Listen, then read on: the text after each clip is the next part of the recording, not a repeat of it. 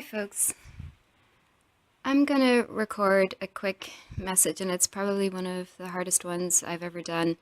And I wanted to talk a little bit about body image, how we see our bodies. Um, from my journey in life, I guess my biggest struggle within myself has been how I see and accept myself. And I've come along a long journey of learning.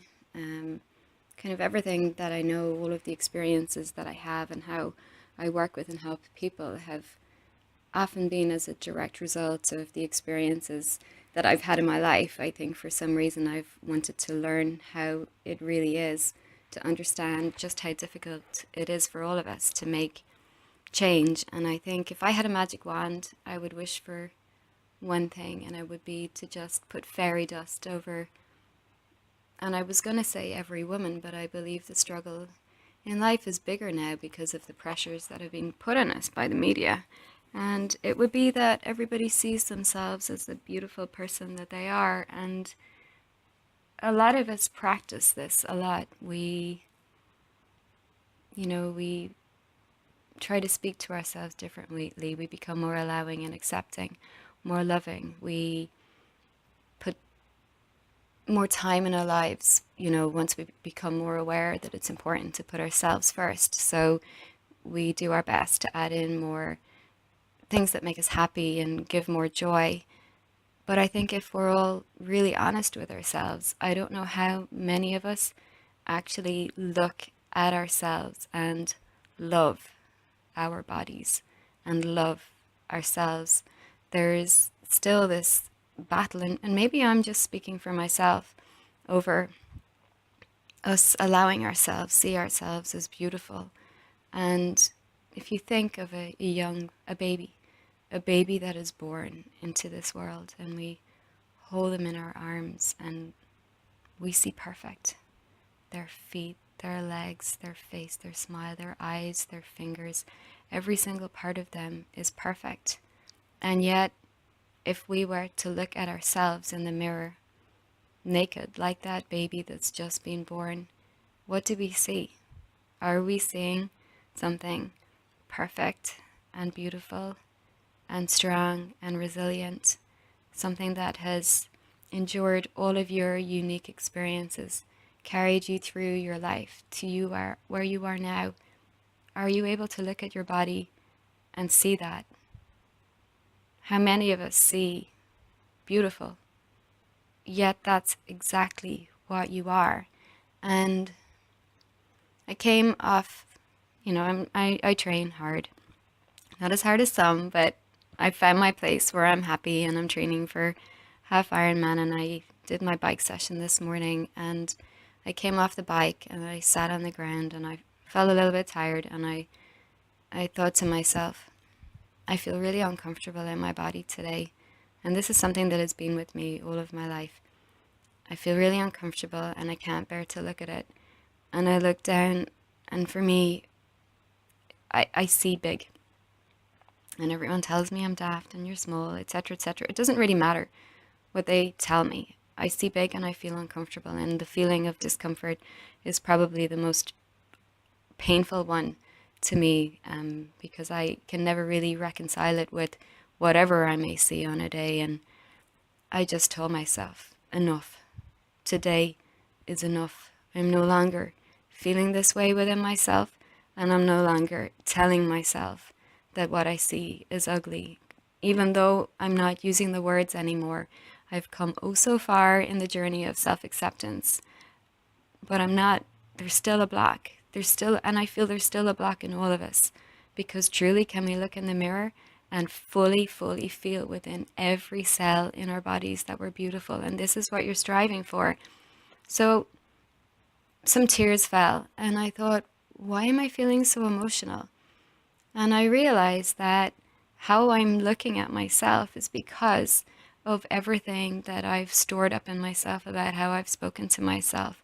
All those times that I've beaten myself up. I've told myself I'm fat, I'm ugly, I'm not good enough. I hate my thighs, I hate my bum, I hate my waist, I hate my boobs. Our bodies hear this message and they store it up.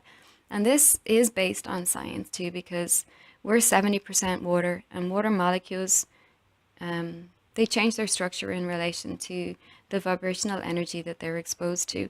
So if we're internalizing negative thoughts about ourselves, this is stored within and held within our bodies. And I believe it actually has such a powerful influence that it changes our body shapes and our postures. So, perhaps the way you're seeing yourself is a result of all of the words that you've used against yourself.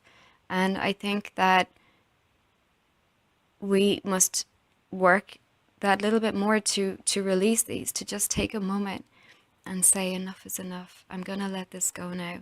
And there may be a little bit of crossover time between these emotions and these stored words and thoughts, toxic ones that we've held within ourselves, to just let them go. And I think that's the final piece in the puzzle for women to accept themselves, and men, because it is a increasing issue for men, where there is this level of body dysmorphia and body dissatisfaction, discomfort. And I think that we must let go of everything that we've held within ourselves as we go along this journey of honoring and respecting and nurturing and nourishing our bodies, because we can learn all the practical steps to doing this. But are we truly emotionally and spiritually, following this path of release as well? So I don't know if this means something to you, but for me, I'm going to practice this more, because I feel what a waste of life. I'm 40 years old now. I internalized a lot in my childhood and growing up, so much so that it became an eating disorder. It's how I coped with things, and I never really wanted to be there. I was even using healing strategies on myself that were never heard of back then, but I still didn't get the support that I needed. The medical healthcare system, everything was horrific. I ended up thrown in hospital, and it's something I never want to ever see anyone endure. But I've spent my lifetime wanting to come to a better place, to heal myself, to be well, to be fit, to go so far down that path that I can help guide people to come to that place of self-love and self-acceptance. And it's important that I strive at every moment to do that too, so that, I'm being honorable and truthful with my word. So please share your stories. Please practice this on a day-by-day basis.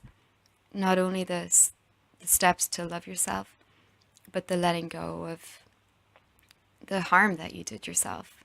Let go of the words where you looked in the mirror and didn't see beautiful. See beautiful. See, and you may not be religious, but I just want to use the words, a perfect child of God.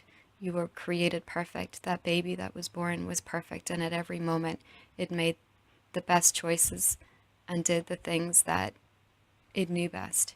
You always did your best. They may not always have been the correct decisions in your own judgment system, but everything was an experience. Everything has got you to where you are now. Everything, if you use it the right way, is making you a better person. And imagine if you could free yourself up from the beating yourself up, from seeing yourself negatively. What if you saw how amazing you are, how perfect you are, and you allowed that part of yourself to just be?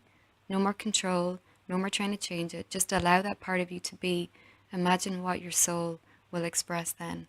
Imagine how much more you can achieve and do and experience, and how much that truly positive light shining from within you can influence others and lead others to become more themselves. Because all it takes is one person leading by example and showing another person. And if you let your light shine, it will set the world on fire. So practice loving yourself today. I love you all, and I hope this little spiel helps. Have a great day. Bye.